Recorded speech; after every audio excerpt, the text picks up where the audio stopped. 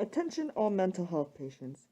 In a streetcar named Desire, Tennessee Williams details as Blanche's struggle with her past by having her fluctuate between two different mediums of reality. Although it originally appears that Blanche has successfully escaped her past, she eventually becomes unable to distinguish between illusion and reality, and becomes engulfed in her poisonous relationship to it.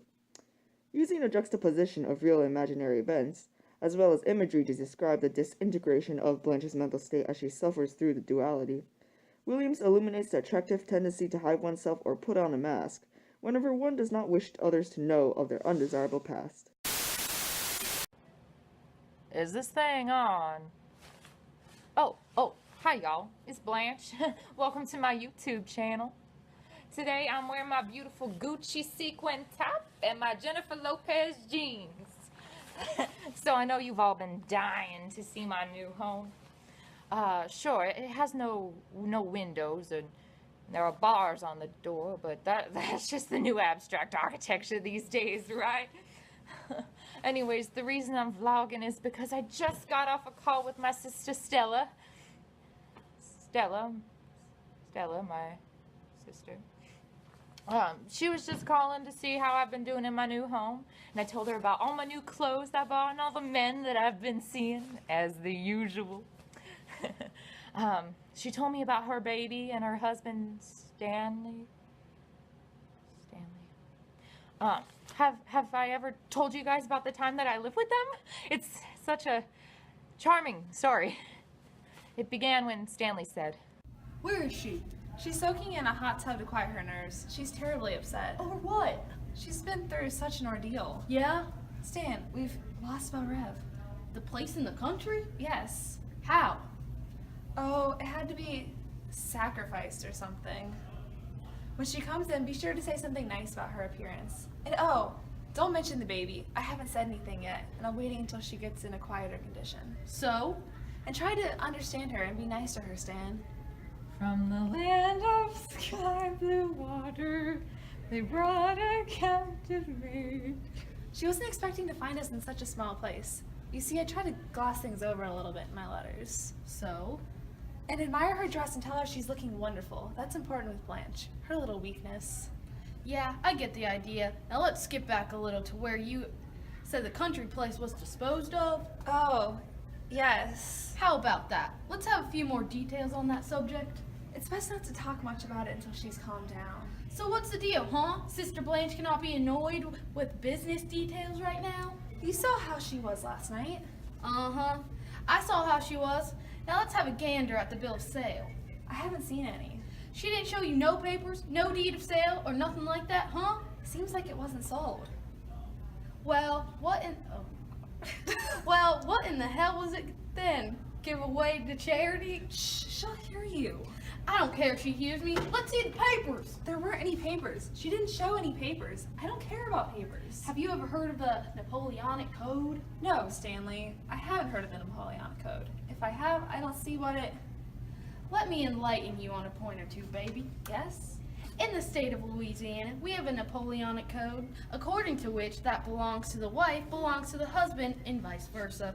For instance, if I had a piece of property or you had a piece of property... My head is swimming. All right, I'll wait till she gets through soaking in the hot tub, and then I'll inquire if she is acquainted with the Napoleonic Code. It looks to me you have been swindled, baby. When you're swindled under the Napoleonic Code, I'm swindled too, and I don't like to be swindled. There's plenty of time to ask her questions later, but if you do now, she'll go to pieces again. I don't understand what's happened to Rev, but you don't know how ridiculous you are being. And when you suggest that my sister or anyone, I or my family could have perpetrated a swindle on anyone else, Then where's the money if the place was sold? not sold, lost. Lost. Stanley! Look at these feathers and the furs, and when she comes here to preen herself in, what is this in here? A solid gold dress, I believe? And this one? What's this here? Fox pieces? Where are your fox pieces, Stella? Bushy Snow White ones, no less. Where are your white fox pieces? Those are inexpensive summer furs that Blanche has had a long time. I got an acquaintance who deals with sorts of merchandise. I'll have him here to appraise it. I'll bet you there's $1,000 invested in stuff in here. Don't be such an idiot, Stanley. Stanley, he was a straightforward man. Blunter than the head of a corn cob. He and I never saw quite eye to eye. He thought I was hiding things from him. But I told the truth. I tragically lost Belle Red because the creditors swooped in, and my dear lover's death tragically wore out my nerves and my money, and I had to give up teaching. It's true. It's true. It's true. My dear lover, you see, we were deeply in love until I walked in on him with another man. I was disgusted. Of course, I told him. And then he... Of course, you see how victimized I became from this. My nerves have never been the same since. I'm sure you understand why I couldn't tell Stanley this little detail. Yes, I can see how the fact that I have a teacher's pay contrasts sharply with the feathers and furs and the solid gold dress, and conveys that I might not have been entirely truthful. But who is in life? I mean, perhaps he figured out that I'm hiding myself behind these lavish, artificial articles of clothing and jewelry from my past in order to cling desperately onto the past and live in denial of my present situation. But I mean, who doesn't do that? The past, with its gaudy, enticing memories of better times, is so much better than the reality I'm living now, obviously. Really, I'm rather too frightened to face reality sometimes. Stella constantly reassured me about my looks and her love for me. However, Stella, despite her genuine feelings for me, was condescending. And she must flatter me and lie to me in order to get along with me. Stella said to Stanley, I overheard them, "Tell her she's looking wonderful, Stanley. That's important with Blanche. Her little weakness. My own sister would not be truthful with me." Anyway, a few weeks later, I had a terrible suspicion that he, Stanley, was spreading horrid rumors about me. So I asked Stella, "What have people been telling you about me?" Telling? You haven't heard of any unkind gossip about me? Why no, Blanche? Of course not. Honey, there was a good deal of talk in Laurel. About you, Blanche? I wasn't so good the last 2 years or so, after Belle Reeve started to slip through my fingers. All of us do things, sweet. I never was hard or self-sufficient enough. When people are soft people got to shimmer and glow. They've got to put on soft colors, the colors of butterfly wings, and put a paper lantern over the light. It isn't enough to be soft. You've got to be soft and attractive. And I'm fading now. I don't know how much longer I can turn the trick. Have you been listening to me? I don't listen to you when you're being morbid.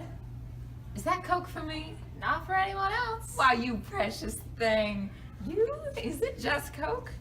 You mean you want a shot in it? Well, honey, a shot never does a Coke any harm. You mustn't wait on me. I like waiting on you, Blanche. It makes it seem more like home.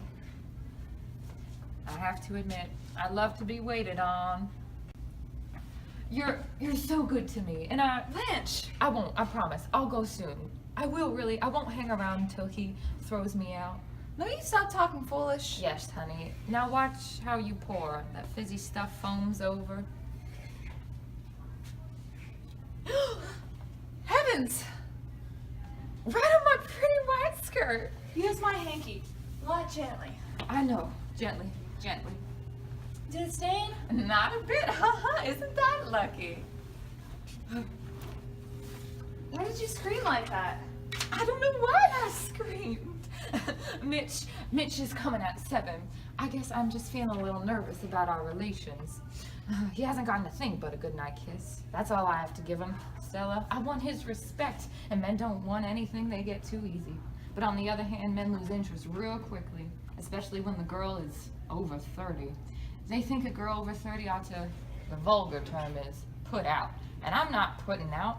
Of course, he doesn't know. I mean, I haven't informed him of my real age. Why are you so sensitive about your age? Because of hard knocks my vanity's been given. I mean, he thinks I'm sort of prim and proper, you know?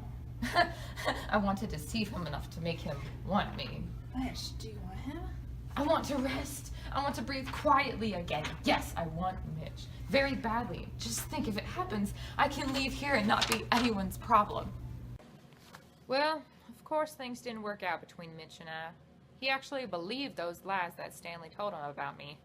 After having suffered the loss of my young homosexual husband to suicide, the loss of the final generation of the DeBoer family, and our estate Belle Rev, it is no surprise that I was affected by those tragic events.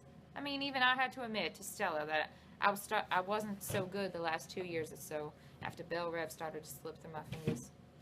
When I lost Belle Rev, that was arguably the pivotal point where I began to cling desperately to the past, trying to prevent it from slipping away like Belle Rev did. I compared myself to a butterfly, which is kind of ironic because butterfly wings generally mean that one has matured and is ready to be independent. But here, well, I felt like a child playing dress-up, as truthfully as I was regressing. I was rather nervous during this time. After I lost my childhood home, I regretfully turned to alternative ways to forget the woes of the present. Small, inconsequential things like having a drink, or 2, or 20, and, being sexually promiscuous, but very, very small things. I didn't see any reason to mention this to Stanley, or to Stella, or to Mitch, because I'm still the same old Blanche from the past, but I do love a teensy bit of alcohol every once in a while. My overreactions towards little everyday occurrences, like the Coke spilling on my pretty white skirt, are an indication of the fragility of my mental state, I suppose. I have tried to avoid to feel the guilt of my husband's death by having intimacies with strangers and to fill my empty heart, and attempts to avoid realism and prefers magic by yelling what ought to be the truth rather than the truth itself. My insecurities about my fade and beauty are continuously emphasized, but my need to be hidden from bright lights and my need for sexual admiration by men to maintain my self-esteem is emphasized by my flirtatious actions towards Mitch, I guess. The paper lantern over the light symbolizes the illusioned world I'm ready to retreat into anytime I'm feeling unsafe. I had to disguise a failed laugh by decorating the shabby room, adorning the light bulb to escape the unpleasant reality reflecting in mirrors. I also continuously bathed myself in order to wash away my indecent past. Also, Stanley should lay off the drinks himself and stay loyal to his wife instead of violating other women. Help me get dressed. Is this what you do? Yes, this will do. I'm anxious to get out of here. This place is a trap. What a pretty blue jacket. It's lilac colored. You're both mistaken. It's Delia Rabia blue. The blue of the robe in the old Madonna pictures. Are these grapes washed? Huh? Washed, I said. Are they washed? They're from the French market. That doesn't mean they've been washed. Those cathedral bells, they're the only thing clean in the quarter. Well, I'm going now. I'm ready to go. She's gonna walk out here before they get here. Wait, Blanche. I don't want to pass in front of those men. Then wait till the game breaks up. Sit down. I can smell the sea air. The rest of my time is going to be spent on the sea. And when I die, I'm going to die on the sea. You know what I shall die of? I shall die of eating an unwashed grape one day out in the ocean. I will die with my hand in hand of some nice-looking ship's doctor, a very young one, with a small blonde mustache and a big silver watch. Poor lady, they'll say. The quinine did her no good. That unwashed grape has transported her soul to heaven. And I'll be buried at sea, sewn up in a clean white sack and dropped overboard at noon in the blaze of summer, and into an ocean as blue as my first lover's eyes. That must be them. What is it? Excuse me while I go see who's at the door. Yes. I wonder if it's for me. Someone is calling for Blanche. It is for me, then. I wonder if it's that gentleman I was expecting from Dallas. I think it is Blanche. I'm not quite ready. Ask him to wait outside. I Is everything packed? my silver toilet articles are still out. They're waiting at the front of the house. They? Who's they?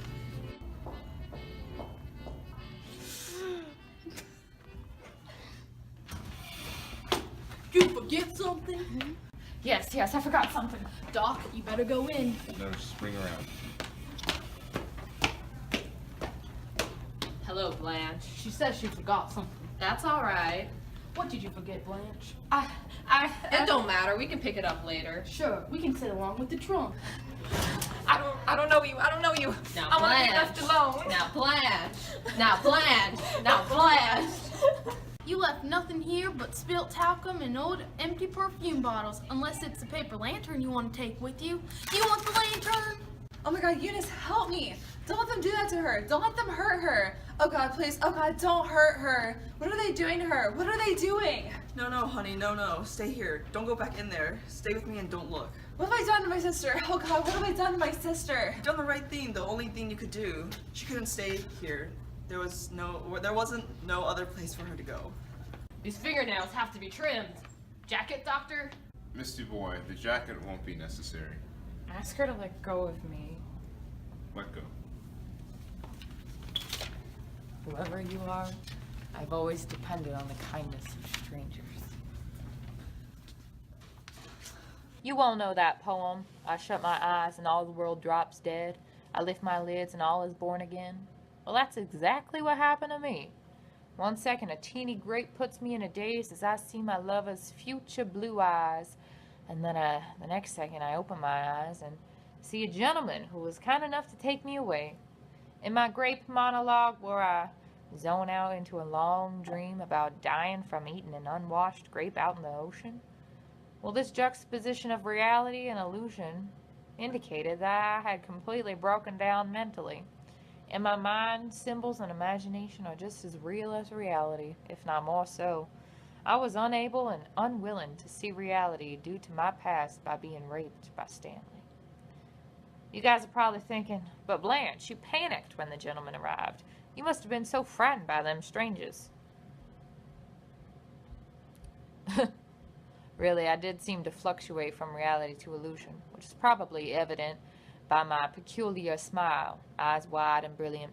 And then when I fled into the bedroom, I was just being immature, a nervous wreck, you know. I didn't know back then that I would be taken to this paradise. I mean, just look at these white walls.